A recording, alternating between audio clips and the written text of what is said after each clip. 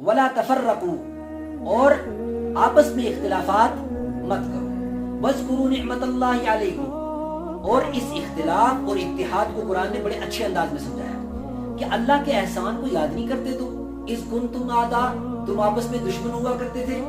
کون سی، کس کو کہا گیا؟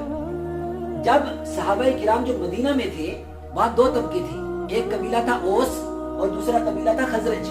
یہ دونوں آپس میں لڑتے تھے، مطلب لمبی جنگیں چلتی تھی، ان کی لمبی جنگیں چلتی تھی، اور ان کو لڑاتے بھی یہودی تھے. اس وقت یہودی لڑاتے تھے، یہودی وہاں رہتے تھے، وہ لڑاتے تھے.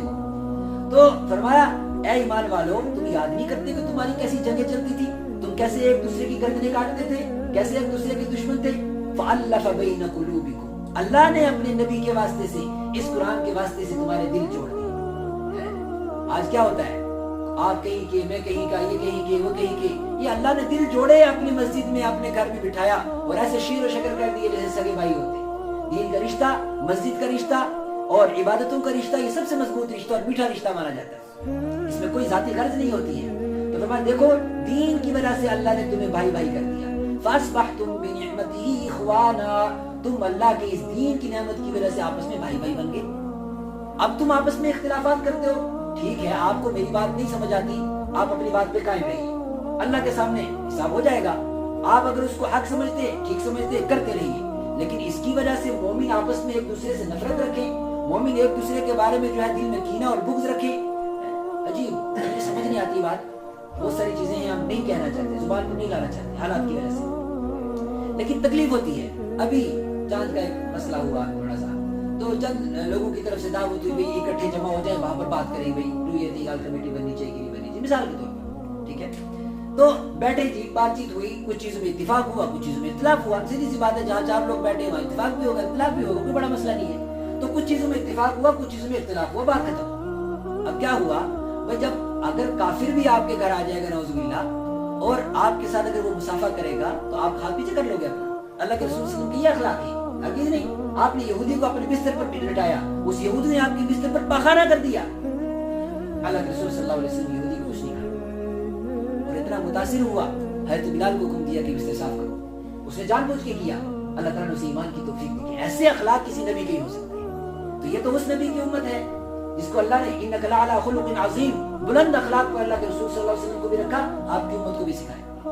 تو اب وہ اتفاق ہے کہ وہاں سے اٹھتے ہوئے بیچاروں نے ایک دوسرے سے مسافہ کیا، وہ لوگوں نے وہاں فوٹو لے لیا، وہ فوٹو چلا گیا فتوے میں، ایک فتویٰ آ گیا جی بس اب شادی دوبارہ کرو، نکاح دوبارہ کرو، تو جو ہے اب یہ ختم ہو گیا سب. کیا امت کا کیا کیسا ذہن بنا. ابھی بھی سمجھ نہیں آ رہی ہے کہ ہم کس جگہ پر کھڑے ہیں، ابھی بھی سمجھ نہیں آ رہی ہے کہ امت کا کیا ہو رہا ہے. پتہ نہیں کون لوگ ہیں یہ، کون لوگ ہیں یہ، وہی شرارتی یہودیوں کی نسل میں سے نکلے ہوئے لوگ ہیں، منافقوں کی نسل میں سے نکلے ہوئے. میں نے آپ کو پہلے کہا، آپ نے دیکھا ہوگا ابھی تک زیادہ نہیں سنا آپ نے، لیکن جتنا آپ نے سنا کافروں کے بارے میں اتنی سخت باتیں قرآن نے نہیں کی جتنی منافقوں کے بارے میں کی. تو منافقوں کا طبقہ یہی ہے جو اس طریقے کی حرکتیں کرتا ہے، امت کو توڑنے کی کوشش کرتا ہے.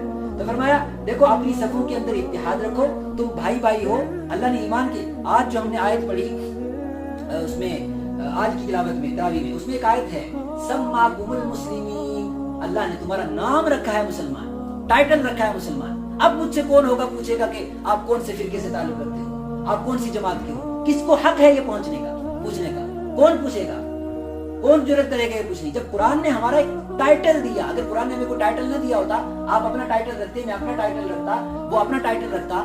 جب قرآن نے ایک ٹائٹل لگا دیا سماکم المسلمین، اللہ نے تمہارا ٹائٹل رکھا ہے مسلمان، اس کے بعد اور کسی ٹائٹل کی اب ضرورت نہیں ہے. اب اگر اپنے آپ کو کوئی، مثال کے طور پر میں کسی مکتبہ فکر سے ہوں، مثال کے طور پر اگر میں اپنے ٹائٹل کو پروموٹ کرتا ہوں، میں سمجھتا ہوں ٹائٹل، میرا ٹائٹل امپورٹنٹ ہے، آپ کا ٹائٹل امپورٹنٹ ہے، اس کا مطلب قرآن پاک کی اس آیت سے ہم سب ہٹے ہوئے، سب ہٹے ہوئے. اس لیے فرمایا تم آپس میں بھائی بھائی ہو. خدا کے اس احسان کو بھولو مت کہ خدا نے دین کی وجہ سے تمہیں بھائی بھائی بنایا ہے. ہاں وَلْتَكُن مِّنكُمْ أُمَّةٌ يَدْعُونَ إِلَى الْخَيْرِ، ہاں اتنا ہے کہ یہ امت بڑی قیمتی امت ہے، اور اس امت میں بڑی ذمہ داریاں ہیں. وہ کیا ہے؟ تم میں سے، امت میں سے کوئی جماعت ایسی ہونی چاہیے جو ہمیشہ نیکیوں کا حکم کرتی رہے، برائیوں سے روکتی رہے، اور یہی لوگ کامیاب ہونے والے ہیں. وَلَا تَكُونُوا كَالَّذِينَ تَفَرَّقُوا، حالانکہ یہ باتوں پر آ گئی کہ متحد رہو. پھر دوسرے انداز سے وَلَا تَكُونُوا كَالَّذِينَ تَفَرَّقُوا، ان لوگوں کی طرح مت بنو جنہوں نے آپس میں اختلاف کیا.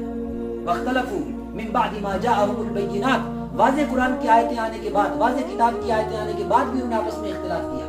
اولئک لہم عذاب عظیم، ان کے لیے دردناک عذاب ہے.